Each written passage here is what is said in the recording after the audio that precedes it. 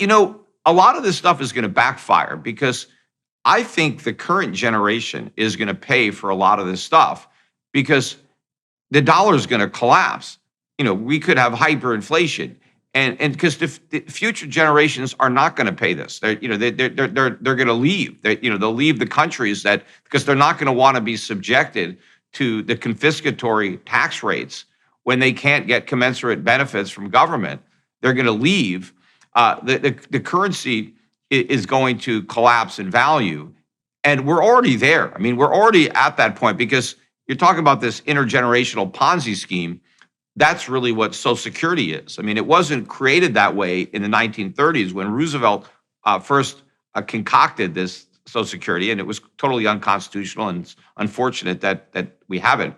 But the idea was that it was like insurance. The government was going to take the money and invest it, and then when everybody was older, you would get paid your benefits. And they even called the taxes premiums. But the whole thing was a con because it never was insurance because the government never invested the money. They spent the money.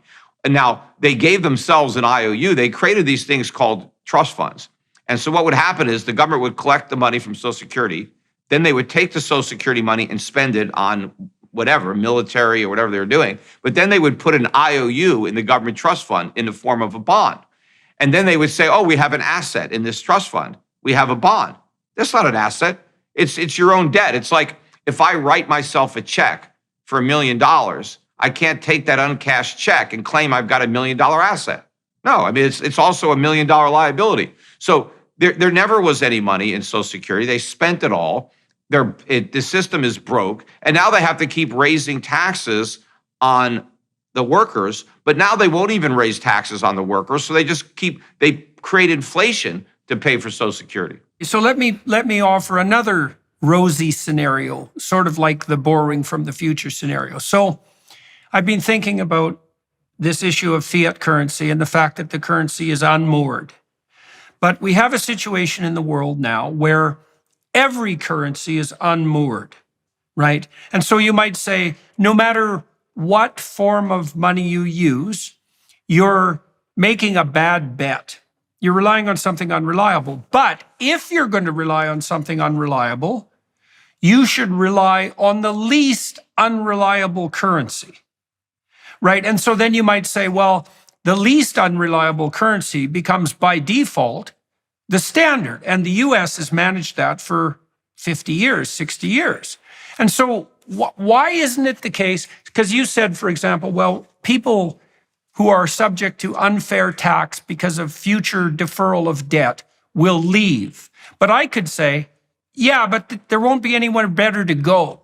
Like, oh, no, there will be. And so the whole world doesn't there have those tax rates. If a certain country, saddles its future generations with too big a debt burden, they could leave and go to a country that doesn't have that demographic problem, that big of a debt burden. And of course, right. So you think there'll still be enough, even if everyone's on fiat currency and if all the currencies are corrupt, you still think there'll be enough variability in corruption so that people will vote with their feet like they are in the U.S., moving from Democrat states to Republican states. And the idea that, you have to settle for the least bad currency. And again, currency isn't even really money. Money is a commodity. Gold was money. Silver, would be money.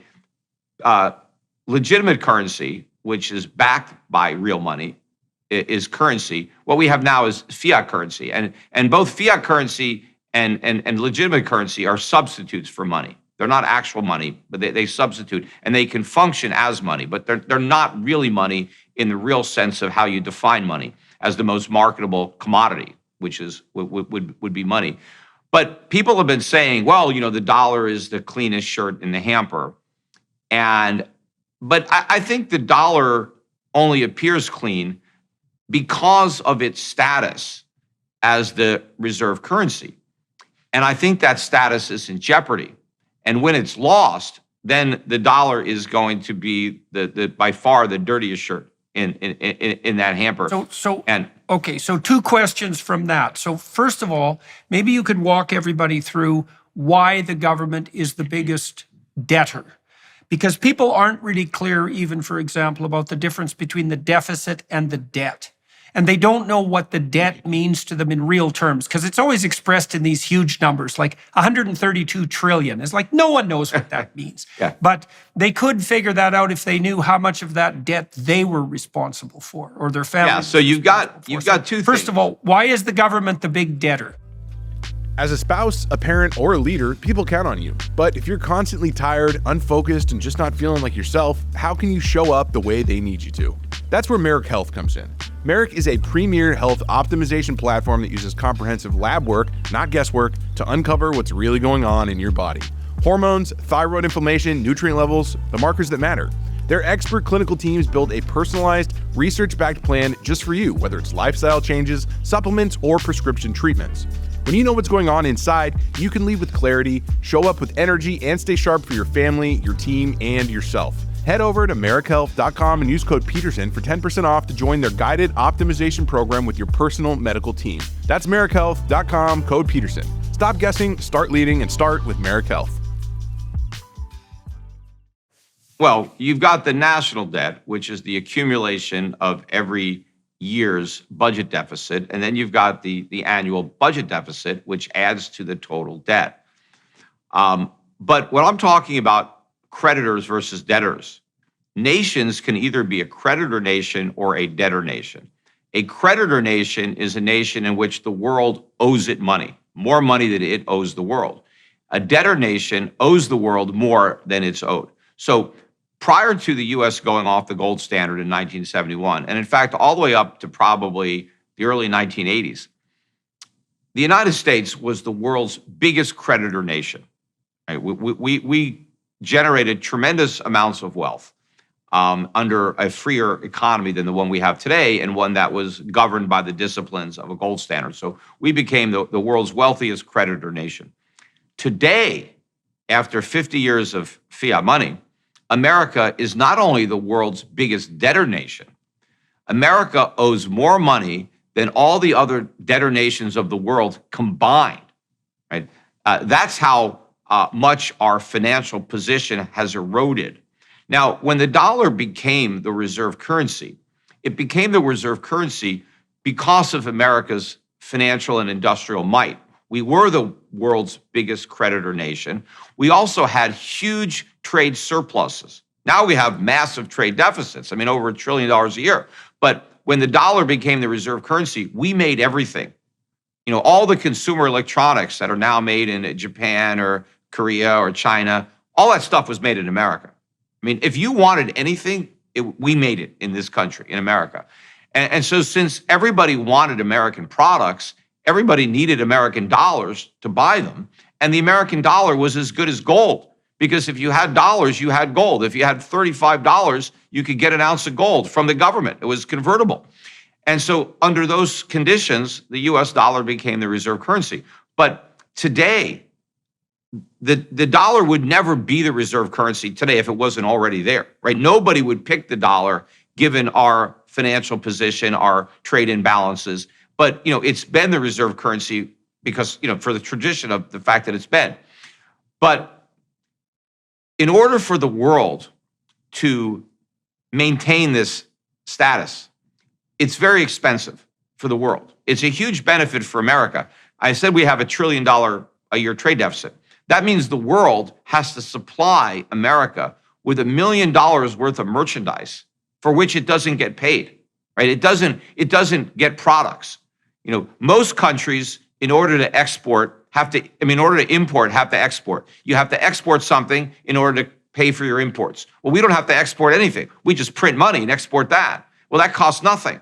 But the rest of the world has to produce real stuff and use resources, land, labor, and capital to produce products. So Americans get to live beyond their means because of the dollar status. But the rest of the world collectively lives beneath its means. And of course, it's not consistent because some countries have to live even further below their means, depending on how big a trade surplus they have with the United States. That's how much they're subsidizing the U.S. economy. So a lot of the emerging markets bear an even bigger burden of preserving the dollar status. And so I think the world is starting to move away from the dollar, not only because of the economic cost of maintaining it, but now we have raised the political risks. If you look at what the Biden administration did with Russia, the unprecedented sanctions on Russia, this has really highlighted the tremendous risk that every sovereign nation assumes by being beholden to the dollar, because it puts tremendous power in the hands of the United States. It's like putting a noose around your neck and then throwing it over a tree to America, who's holding the other end, and you're hoping that they don't pull. I mean, nobody wants to really be in that position, especially if you're a country like China, where we've kind of made China our enemy. But in reality, China provides America with the largest annual subsidy. They're our biggest trade deficit is with China, so they supply us with more merchandise than anybody else, and they're our largest creditor. Now, some people say it's Japan, but no, it's actually China, because you have to take Hong Kong, because Hong Kong is part of China. So if you take all the treasuries that Hong Kong owns and the treasuries that China owns, that's more than Japan. So they're our biggest banker. They supply us with credit. They supply us with merchandise, right? That's all going to end, right? China is going to wean itself of that. Okay, so let's go after that. So you said, and let me see if I got the reasons right. So you said, well, the American dollar could stand as the fundamental currency because it had come off the gold standard, but had still benefited from that. It was extraordinarily productive. It ran huge trade surpluses. So it was a dynamic, expanding, rich country with a very stable currency. So it could run on that for a long time. And you said, however, now, if people looked at the American economic situation, the American dollar, without that historical context, there's no way the US dollar would be the reserve currency. But then we're back to the dirty shirt in the hamper problem. And I know the Russians and the Chinese and the Brazilians, et cetera, are wrestling with that. They're trying to move people away to some degree from the dollar as a reserve currency. But like, nobody in their right mind is going to trust the Chinese currency. So where do people go if it's not the American dollar that's going to be the standard for all the reasons you laid out? Well, the euro doesn't look better, really, and certainly you have to be insane to use Chinese currency, I think. See, that is the false choice that everybody thinks we have to make. One of the reasons that people are so arrogant, particularly in America, that the dollar status is not in jeopardy, and so that we can keep on running these huge deficits, we can keep on creating inflation, and the world's got no choice, right, but to stick with the dollar, because are they going to go to the euro? Are they going to go to the yen? The pound? I mean, the renminbi? I agree. All of those currencies also have problems. And so do you really want to switch from one flawed fiat currency to another, even if those other fiat currencies may be less flawed than the dollar, right? Do you really want to make that shift? I don't think that that's what's going to happen. What everybody is missing is that there is an alternative to the dollar that doesn't involve another fiat currency, and that's gold. That is real money. Everybody forgets that for thousands of years, gold was money. It was money because it worked. Now, over the course of time, we had paper currencies that would rise and fall. I mean, hundreds of years ago, they were paper currencies that are now worthless and you don't even know their names. They come and go, but gold has stayed. Gold works as money. And so I think what these central banks are going to do is, as they get out of dollars, they will just increase their holdings of gold. Gold will be the monetary anchor. Gold will be the reserve monetary asset, just the way it was before the dollar. It wasn't the British pound. I mean, the British pound was a dominant currency, but gold was what everybody owned. The British backed the pound. Do you see any evidence that some of these alternate currencies are starting to back their currency claims with gold? And, you can. What's happening on the central banks are now buying more gold than they've bought in decades, especially a lot of the the emerging market countries. Not even maybe so much the United States isn't buying any gold, and maybe some of the more mature countries, but a lot of other countries that had predominantly held dollars, and then to a lower degree, euros or yen or pounds, these countries are increasingly buying gold. That's why gold is at a record high. I mean, gold's around $2,000 an ounce, but in terms of just about every other currency on the planet, gold has been hitting all-time record highs. And again, that's not really gold going up. That's all these fiat currencies going down. But one of the reasons that countries would want gold as opposed to the dollar is the US government doesn't have any control over it. Gold is an asset that's not also somebody else's liability, and nobody could create it. You have to mine it. No one country, has the advantage. So, why would you want to take away that privilege that the United States has and just bestow it on somebody else who is going to abuse it the same way? I mean, the United States abused that privilege that we had, and we exported all this inflation to the world. We took advantage of the position that we were in. So why would you want to put another nation in a position to similarly take advantage of the world? It's much better to go back to honest money. And again, even when we were on Bretton Woods before 1971, and we were on the dollar standard, it was because the dollar was backed by gold. Again, if you held dollars, you held gold. That's where the saying came from. The dollar is as good as gold. In fact, the legal definition of a dollar is a weight of gold. That's what a dollar is. Dollars are gold. The paper currency that circulated, Federal Reserve notes, are not dollars. They are notes of the Federal Reserve. Initially, those Federal Reserve notes were payable in dollars. The dollars were the gold that the Federal Reserve notes paid. Because if you think about what a note is a promise to pay something. A Federal Reserve note is supposed to pay something. Well, what did it pay? It paid gold. It paid dollars. Today, Federal Reserve notes pay nothing. Their IOUs nothing. The Federal Reserve is not obligated to give you anything.